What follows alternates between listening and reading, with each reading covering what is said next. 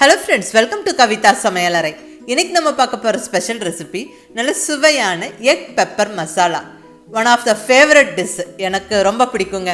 எங்க வீட்ல அடிக்கடி பண்ணுவோம். எல்லாருக்குமே ரொம்ப பிடிக்கும். எல்லா விதமான மெயின் டிஷ்ஷஸ்க்கும் இது நல்ல ஒரு சைட் டிஷ்ஷா இருக்கும்.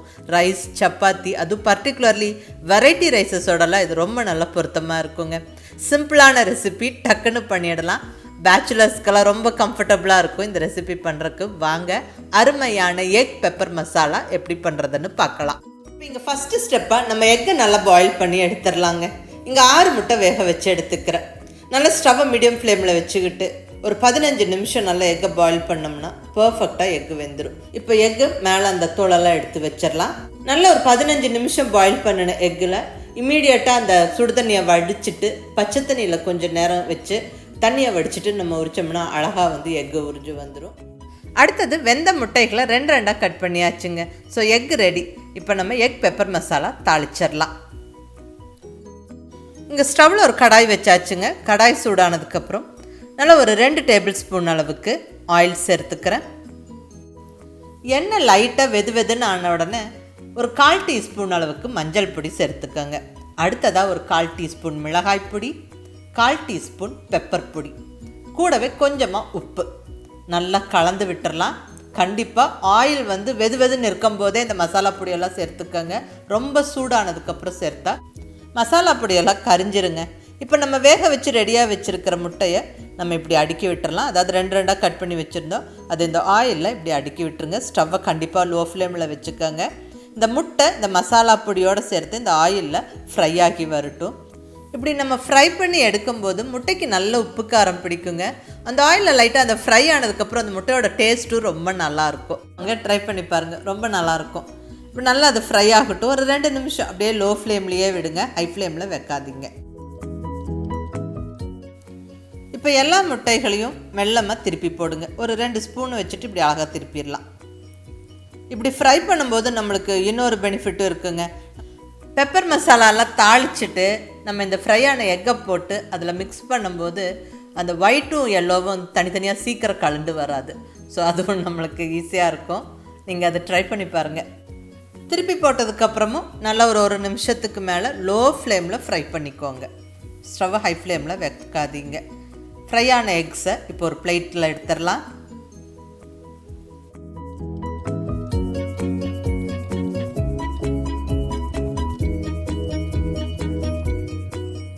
இப்போ அந்த கடாயில் அந்த எண்ணெய் அப்படியே இருக்குங்க. இப்போ ஸ்டவ் ஆன் பண்ணியாச்சு. எண்ணெய் சூடாக இருக்குது. இதில் வெங்காயம், தக்காளி, பச்சை மிளகாய் இதெல்லாம் சேர்த்து வதக்க போகிறேன். இப்போ ஃபஸ்ட்டாக சேர்க்கிறது ஒரு பெரிய வெங்காயம், நல்லா சன்னமாக நீளமாக கட் பண்ணின ஒரு பெரிய வெங்காயம் சேர்த்துக்கிறேன். கூடவே ஒரு கொத்து கருவேப்பிலையும் சேர்த்தாச்சு. அடுத்ததாக 2 பச்சை மிளகாய் நல்லா வதக்கி விட்டுருவோம். வெங்காயம் நல்லா கலர் மாறுற வரைக்கும் வதங்கணும்.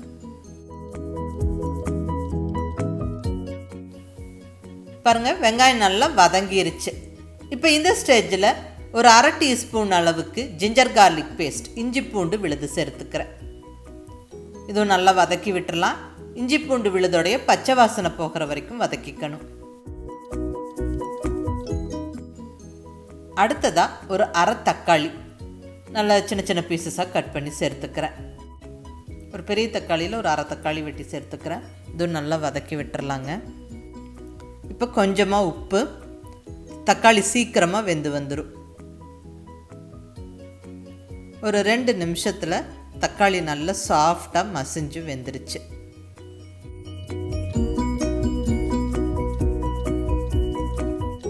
இப்போ மசாலா பொடியெல்லாம் ஒவ்வொன்றா சேர்த்து விட்டுடலாங்க. 1 teaspoon மல்லிப்பொடி, 1/2 teaspoon garam masala, 1 teaspoon pepper powder, 2 பச்சை மிளகாய் போட்டிருக்கிறோம். ஸோ பெப்பர் பவுடர் 1 டீஸ்பூன் போட்டிருக்கிறேன். நீங்கள் உங்களுடைய டேஸ்ட்டுக்கு தகுந்த மாதிரி ஆட் பண்ணிக்கலாம். இன்னும் அதிகமாக சேர்க்கணுன்னாலும் சேர்த்துக்கலாம். 2 பச்சை மிளகாவும் ஏற்கனவே போட்டிருக்கிறோம். கொஞ்சம் ஸ்பைசஸ் எல்லாம் சேர்த்து நம்ம முட்டையும் வறுத்து வச்சுருக்கிறோம். ஸோ உங்களுடைய டேஸ்ட்டுக்கு தகுந்த மாதிரி நீங்கள் அட்ஜஸ்ட் பண்ணிக்கோங்க. நல்லா வதக்கியாச்சுங்க. இப்போ கொஞ்சமாக தண்ணி விட்டுக்கலாம். ஸோ மசாலா கரிஞ்சிடாமல் இருக்கும்.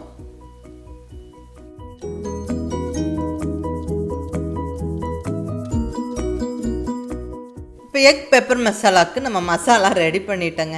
இப்போ நம்ம ஃப்ரை பண்ணி ரெடியாக வச்சுருக்கிற முட்டைகளை அடுக்கி விட்டுறலாம். பொறுமையாக போட்டு விடுங்க. கேர்ஃபுல்லாக மெல்லமாக கலந்து விடுங்க. ரொம்ப ஃபாஸ்ட்டாக கலந்துடாதீங்க, மெதுவாக கலந்து விடுங்க.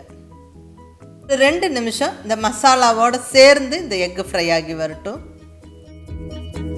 Almost egg ready. நல்ல கமகமன்னு வாசனையாக இருக்குது. இப்போ ஃபைனலாக ஒரு கைப்பிடி பொடியாக நறுக்கின கொத்தமல்லி இலையை தூவி விட்டு நல்லா கலந்து விட்டுறலாங்க.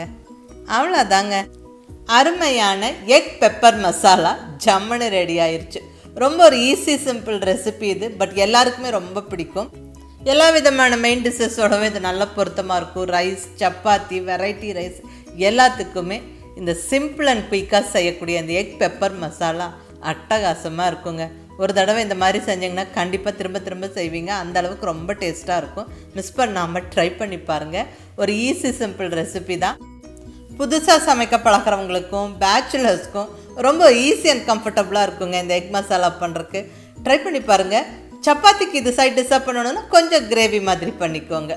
அதாவது தக்காளி இன்னொன்று ஆட் பண்ணி கொஞ்சம் மசாலா பொடியெல்லாம் அதுக்கு தகுந்த மாதிரி அட்ஜஸ்ட் பண்ணால் கொஞ்சம் ஒரு திக்கான கிரேவி மாதிரி இந்த எக் மசாலா இருக்கும். ஸோ சப்பாத்தி பூரிக்கும் நம்ம தொட்டுக்கலாம். ஸோ மிஸ் பண்ணாமல் ஈஸி அண்ட் சிம்பிளாக செய்யக்கூடிய இந்த எக் மசாலாவை ட்ரை பண்ணி பார்த்துட்டு உங்கள் ஃபீட்பேக் சொல்லுங்கள். பிடிச்சிருந்தால் லைக் பண்ணி, ஷேர் பண்ணி, கமெண்ட் பண்ணுங்கள். கவிதா சமையலறை சப்ஸ்கிரைப் பண்ணி என்னுடைய மற்ற ரெசிபிஸும் வீடியோஸும் பாருங்கள். தேங்க்யூ.